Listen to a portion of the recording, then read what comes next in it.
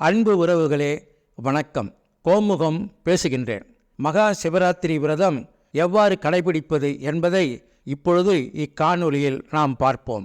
வாதுலம், காமிகம், காரணம், லலிதை, கிரணம், சயம், சுப்ரவேதம், தீப்தம் என்னும் இந்த 8 ஆகமங்களிலும் சாலோத்திரம், கால நிர்ணயம் என்னும் இந்த 2 உப ஆகமங்களிலும் பௌடியோத்திரம், காந்தம், வாயு என்கிற இம்மூன்று புராணங்களிலும் சிவராத்திரி விரதம் எவ்வாறு கடைபிடிக்க வேண்டுமென நமக்கு விரிவாக கூறுகின்றது.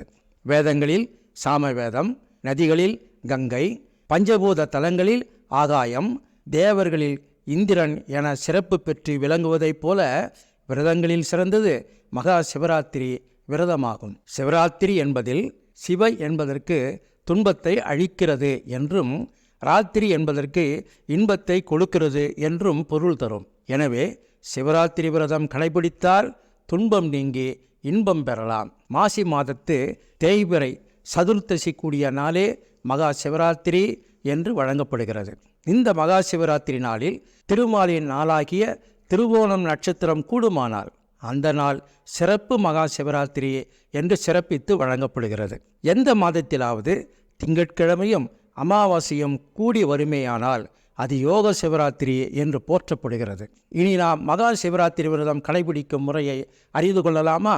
மகா சிவராத்திரிக்கு முதல் நாள், அதாவது 1 day before, ஒரு வேளை மட்டுமே உண்ண வேண்டும். நாம் நம் உடலை தூய்மையாகவும் உள்ளத்தை தூய்மையாகவும் வைத்திருக்க வேண்டும். நினைவெல்லாம் சிவபரம்பொருளாகவே இருக்க வேண்டும். சிவபூஜை செய்ய வேண்டும். அல்லது சிவாலயம் சென்று திரு 5 எழுத்தை உரி ஏற்றியவாறே தரிசனம் செய்ய வேண்டும். மறுநாள் சதுர்த்தசி ஆகிய மகா சிவராத்திரி அன்று விடியற்காலையில், அதாவது சூரிய உதயத்திற்கு முன்பாகவே துயிலெழுந்து நாம் நீராட வேண்டும். வீட்டில் பூஜை அறையை தூய்மை செய்து கோலமிட்டு திருவிளக்கு ஏற்ற வேண்டும். திருவிளக்கு ஏற்றும் பொழுது விளக்கினை ஏற்றி வெளியை அறிமின், விளக்கினின் முன்னே வேதனை மாறும், விளக்கை விளக்கும் விளக்குடையார்கள், விளக்கில் விளங்கும் விளக்கவர்தாமே என்கிற திருமந்திர பாடலை, அல்லது இல்லக விளக்கு அது இருள் கெடுப்பது, சொல்லக விளக்கு அது ஜோதியுள்ளது,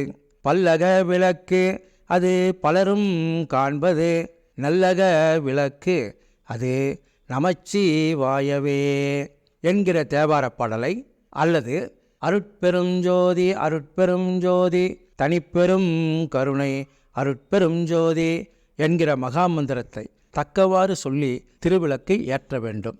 தினசரி செய்து வருகின்ற பூஜைகளை நாம் செய்ய வேண்டும். பகல் முழுவதும் உணவு உண்ணாமல் திருக்கோயிலுக்கு சென்று சிவபெருமானை துதித்து வழிபட்டு சிவ சிந்தனையோடும் சிவ தியானத்தோடும் தூய்மையாக இருக்க வேண்டும். மாலையில் மீண்டும் திருக்கோயிலுக்கு சென்று தரிசனம் செய்து இரவு நடைபெறுகின்ற சிவராத்திரியின் 4 கால பூஜைகளிலும் நாம் கலந்து கொண்டு பரவசம் அடைய வேண்டும். முதற்காலம் என்பது மாலை 6 மணி முதல் இரவு 9 மணி வரை. 2ஆம் காலம் என்பது இரவு 9 மணி முதல் நள்ளிரவு 12 மணி வரை. 3ஆம் காலம் என்பது நள்ளிரவு 12 மணி முதல் அதிகாலை 3 மணி வரை.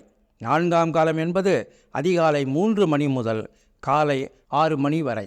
இதில் இரவு 11:30 மணி முதல் நள்ளிரவு 1 மணி வரை உள்ள காலமே லிங்கோத்பவ காலமாகும்.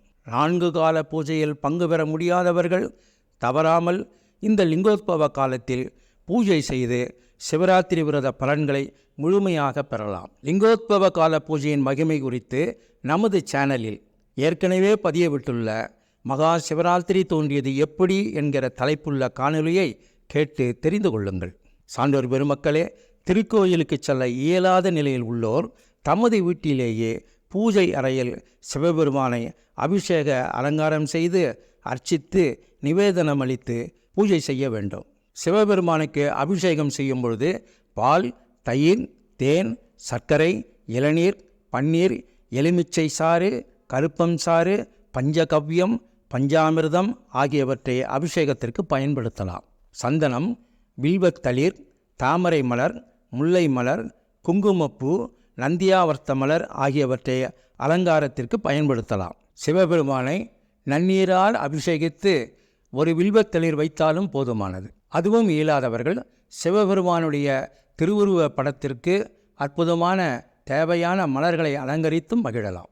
ஆகம விதிமுறைப்படி சிவபெருமானை முதற்காலத்தில் தாமரை மலரால் அர்ச்சித்து பயிற்றம்பருப்பு பொங்கலை நிவேதனம் செய்ய வேண்டும். இரண்டாம் காலத்தில் துளசியாலும் குருந்தையாலும் அர்ச்சனை செய்து பாயசம் நிவேதனம் செய்ய வேண்டும். மூன்றாம் காலத்தில் வில்வத்தளிரால் அர்ச்சனை செய்து எள்ளெண்ணம் நிவேதனம் செய்ய வேண்டும். நான்காம் காலத்தில் நீலோற்ப மலரால் அர்ச்சனை செய்து வெண்சோறு நிவேதனம் செய்ய வேண்டும். சிவபெருமானை மனம் மொழி மெய்களால் தியானித்து ஒவ்வொரு கால பூஜையிலும் தூபதீப பேரொளி வழிபாடு சிறப்பாக செய்ய வேண்டும். இப்படியாக 4 காலமும் பூஜிக்கும் போதெல்லாம் சண்டீஸ்வரர் பூஜையும் மறக்காமல் செய்ய வேண்டும். மகா சிவராத்திரி புண்ணிய காலத்தில் உபதேச குருவிற்கும் ஏனைய குருவிற்கும் குரு காணிக்கை வழங்கி அவர்களுடைய நல்லாசி பெற வேண்டும். தகுதியுடையோர்க்கு சிவலிங்கம், சிவமணி மற்றும் திருநீற்றுப்பை தானமாக வழங்க வேண்டும்.